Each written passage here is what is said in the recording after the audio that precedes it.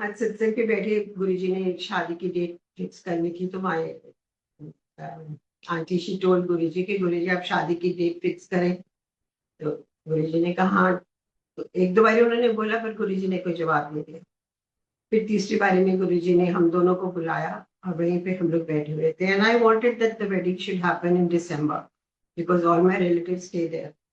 और छुट्टियां होती हैं तो I wanted everybody to attend because this was like a wedding after many years in our family. So I wanted all the family to be together, whether they are in America, Canada, London, whatever. And I wanted it to be in December. तो गुरुजी ने हम दोनों को बुलाया। फिर aunty ने बोला कि गुरुजी शादी की डेट फिक्स करो। दे वांटेड कि थोड़ी जल्दी हो जाए, दिसंबर के फर्स्ट वीक में हो जाए जैसे। फिर गुरुजी ने बोला हाँ एक ही कर दिया। तो गुरुजी ऐसे दिसंबर एंड कह रहे हैं। तो गुरुजी से ठीक है। गुरुजी ने 25 दिसंबर की शादी की डेट फिक्स कर दी।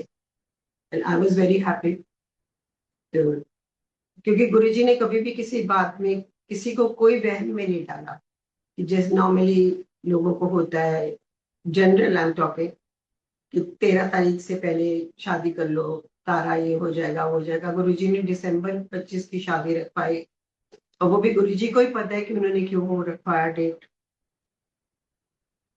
और ऑफ एंड ऑन इतने हमारे इनविटेशन कार्ड्स बंटवाए गुरुजी ने। My daughter law would tell me कि मम्मी रोज सुबह गुरुजी का फोन आता है कि इतने कार्ड भेजो, इतने भेजो, इतने भेजो। और गुरुजी ने बहुत संगत उस दिन वहां पे इकट्ठी करवाई। और तभी जब हम लोग अभी बैठे हुए थे, अगली सुबह पता लगा न्यूज में कि सुनामी आया है 24। ये 2004 की बात है संगत जी। Even my own relatives who had plans to go to Thailand or for vacation, क्योंकि वहां तो सब पहले ही प्लानिंग हो जाती है और बुकिंग्स हो जाती है। तो जब उन लोगों को शादी का इनवाइट आया तो दे cancelled all the bookings wherever they were going and came to India to attend the wedding. गुरुजी ने उनको भी बचाया। गुरुजी ने और भी कितनी संगत जिन्होंने अपने प्लान बनाए हुए थे वहां जाने के,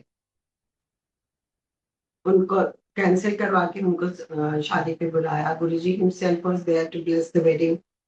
Thank you Guruji so much for blessing the children, blessing so much of संगत जिनको आपने वहां पे इकट्ठा किया।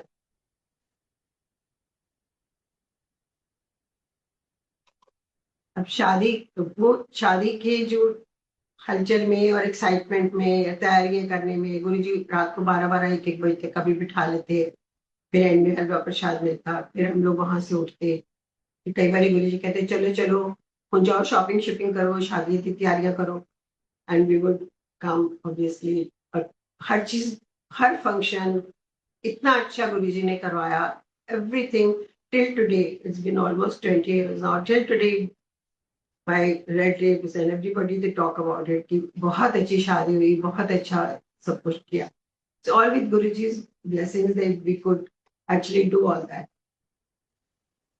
और वहां बैठे जब हम लोग वहां पे बैठे थे सत्संग के लिए, तो एक दिन एक अंकल गुरुजी को कुछ पैकेट में पकड़ा के गए, which was Guruji was calling everybody somehow or the other, एक कोई इशारा करके बुला रहे थे। थोड़ा सा कुछ सामान था और तब में बहुत ज्यादा टाइम नहीं हुआ था मुझे जाते हुए, and I was quite new, but still Guruji इशारा किया तो उन्होंने मैं तो बैठी हुई थी आंखें बंद करके, तो एक आंटी ने मुझे इशारा कर दिला के बोला कि आंटी गुरुजी आपको बुला रहे हैं। तो नहीं, मुझे कहाँ बुलाएंगे, मैं तो अभी नहीं आया, गुरुजी तो मुझे जानते भी नहीं है।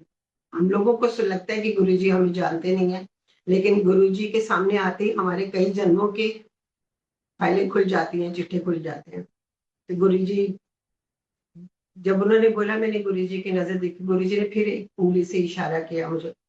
तो मैं जाके गुरुजी के चरणों में बैठे, ऐसे अपनी नीज के ऊपर मैं बैठी हुई थी। तो गुरुजी ने वहां पे सारे सारे पोटली जो उनके पास था, वो सब सामान जो कुछ भी था प्रसाद उन्होंने बांटना था, सब बट गया था। एक लास्ट छोटा सा पैकेट उनके हाथ में था जो उन्होंने उस बिग बड़े थैली में से निकाला, और बहुत देर वो उसको अपने अंगूठे से और उंगली से रब करते रहे।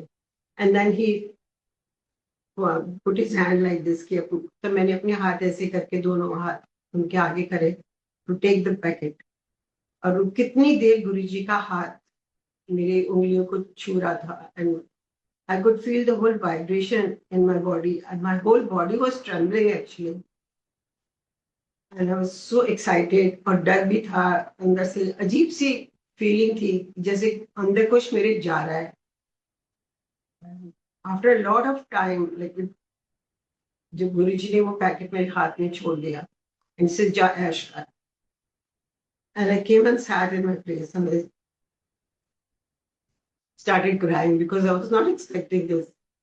और ये फैक्ट है संगत जी, जब से गुरुजी ने कहा ऐश कर, ऐश तो पहले भी करवा ही रहे थे, और उसके बाद से और भी लाइफ में जो भी कभी नेगेटिव थॉट आए हैं, छोटी मोटी प्रॉब्लम्स हैं, बड़ी भी आई हैं, छोटी भी आई हैं, गुरुजी ने वो ऐश कराने के चक्कर में सारी ऐसे खत्म करा दी कि समझ में अब आता है कि हाँ ये भी प्रॉब्लम थी, ये भी था, ये हुआ, ये भी गुरुजी ने कर दिया, ये भी कर दिया. तो उनकी करने के अपने ही तरीके हैं. अब ऐश करने का मतलब ये नहीं कि तुम जाके डिस्को में रोज डांस करो और बॉटल्स खोल के बैठो. ऐश करने का मतलब ये भी है कि ठीक तुम नेगेटिव मत सोचो, और जो भी करना है पॉजिटिव वे में करते रहो. और अब हम गुरुजी से यही प्रेयर करते हैं. काफी टाइम हो गया, समझ में आस्ते आस्ते आने लगी गुरुजी तुम्हें क्या बनाना चाहते हैं. गुरुजी से हम यही प्रेयर करते हैं कि गुरुजी आप जो बनाना हम चाहते हो वो सोची हमारे मन में डालो, ताकि हम आपकी संगत करने के काबिल बन सके. बहुत गलतियां हुई हैं, आप हमें इसके लिए माफ करो. तो शादी की हलचल में मैं भूल ही गई कि मेरी सर्जरी होनी है. पता ही नहीं लगा कि वो साल भी निकल गया, सर्जरी भी नहीं हुई, एचपी में मेरा अपने आप आस्ते आस्ते करके ठीक होने लग गया. ये सब गुरु जी की कृपा ही है. उन्होंने कब कहाँ से ठीक करना है, क्या नहीं करना, उन्होंने सब वो कर दिया. और मैं भूल ही गई इस बात को. कितने साल निकल गए, बाद में आस्ते आस्ते याद आता है अरे मेरी तो सर्जरी थी, वो भी गुरु जी ने अवॉइड करा दी, सब ठीक कर दिया. थैंक यू सो मच गुरु जी. अब नॉर्मली क्या होता है कि किसी के घर में कोई शीशा टूटा या कुछ हुआ तो लोग कहते हैं कि बैड ओमन है, शीशा टूट गया वो.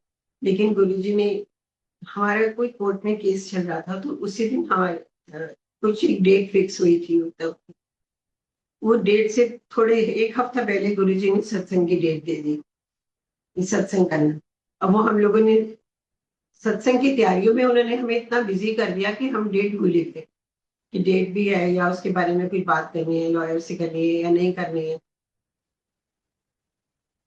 और जिस दिन डेट लगनी थी कोर्ट में, उस दिन इतनी ज्यादा बारिश हुई. सत्संग बहुत अच्छे से गुरुजी ने कराया, और जिस दिन डेट थी एक दो दिन के बाद में, तो हम लोग उन सत्संग के नशे में इतने ज्यादा थे कि बहुत अच्छे से गुरुजी ने करा दिया, इतनी ब्लेसिंग दी, ये हुआ.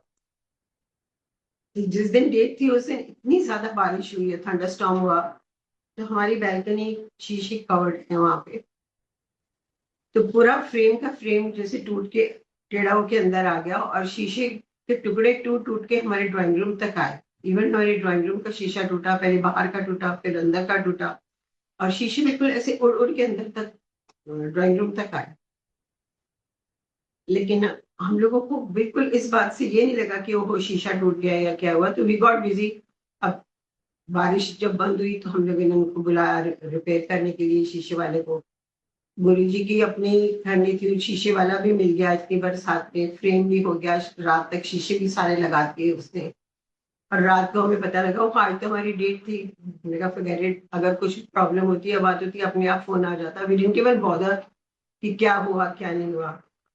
तो गुरुजी ने अपने आप ही वो सब टेक केयर कर लिया, and he just you know blessed that the whole thing also, and we got out of it.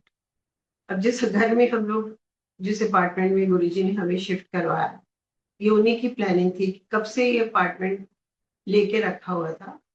अब हमारा कुछ ऐसा फाइनल इरादा नहीं था कि हम यहाँ शिफ्ट करेंगे या नहीं करेंगे, लेकिन गुरुजी को पता था कि इनको यहाँ पे जाना पड़ेगा, जरूरत पड़ेगी. क्योंकि कुछ प्रॉब्लम्स ही ऐसी चल रही थी कि जहां हम रह रहे थे वो हमें छोड़ना ही था। तो साल भर तो छोटी मोटी डेकोरेशन में या इंटीरियर में होता रहा। लेकिन अब मन नहीं हो रहा था पर, और अंदर से जैसे खिंचाव भी था कि गुरुजी कह रहे थे कि नहीं, काम खत्म कराओ, शिफ्ट करो शिफ्ट करो। तो एक साल निकल गया छुटपुट काम कराते कराते। अब ये अच्छा फिर मंदिर यहाँ बनाना है, यहाँ करना है, तो हम लोगों ने एक रूम अपनी तरफ से तो बड़ी खुशहाली करी कि एक कमरा, अच्छा कमरा जो है वेल लीट, जहाँ सूरज भी आता है सुबह, सब कुछ होता है, वो हम गुरु जी का कमरा बनाएंगे। तो उसकी वॉल करनी थी, उसमें हम लोगों ने जैसे टाइल्स वगैरह लगवाने की कोशिश करी।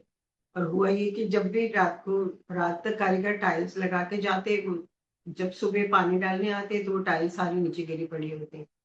2-3 बार इस तरह से हो गया। इन द मीन टाइम फिर हमने गुरुजी से पूछा, गुरुजी क्या हो रहा है, मतलब टाइल लगाते हैं उतर जाती है, टाइलें ना लगाएं क्या, पेंट करा देते हैं। पर वो क्योंकि अच्छा लग रहा था, टाइल ब्रिक टाइल्स थी, तो हम लोगों ने और ऑर्डर करनी पड़ी क्योंकि वो सारी टूट जाती थी। तो ऑर्डर करने के चक्कर में थोड़ा टाइम निकल गया। उस टाइम में गुरुजी ने मुझे ड्रीम दर्शन दिए। Thank you Guruji for guiding us.